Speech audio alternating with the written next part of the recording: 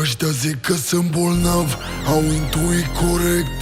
Sunt ca mine, nu ca alții, nu vreau să fiu perfect. Comportament infect, doar fiindcă sunt direct. Nu suflu în curs să pună pe numele meu respect.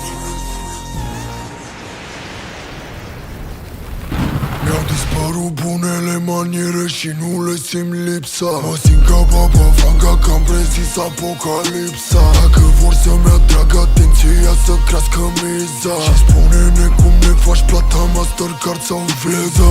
Bum, bum, bum, lovituri fatale dau. Bum, bum, șmecher doar li s-a făcut foame dau. Ești vărul de-al știe pe cutare. Pune stricou pe tine să nu răcici la o vară. Ar trebui să mă pocăiesc de pe acum ca să îmi spele Dumnezeu păcatele, merg în mormânt cu ele. Cum să nu fiu spurcat când ăștia n-au ce să ofere și se vând ca să facă reclame la pacanele. Te facă banii doar ca să fii sus, dă-ți la muie și să n-ai nimic de spus.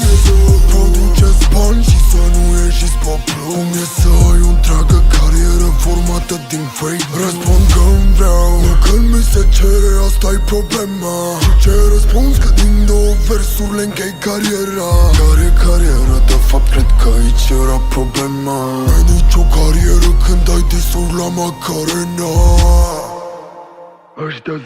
Ăștia zic că sunt bolnav, au intuit corect. Sunt ca mine, nu ca alții, nu vreau să fiu perfect. Comportament infect, doar fiindcă sunt direct. Nu suflu în curs să pună pe numele meu respect.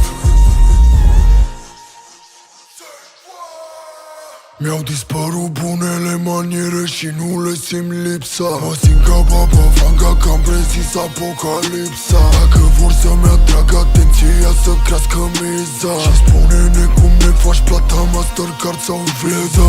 Bum, bum, bum, lovituri fatale dau. Bum, bum, șmecher doar li s-a făcut foame dau. Ești vărul de-al știe pe cutare. Pune stricou pe tine să nu răcici la o vale dau.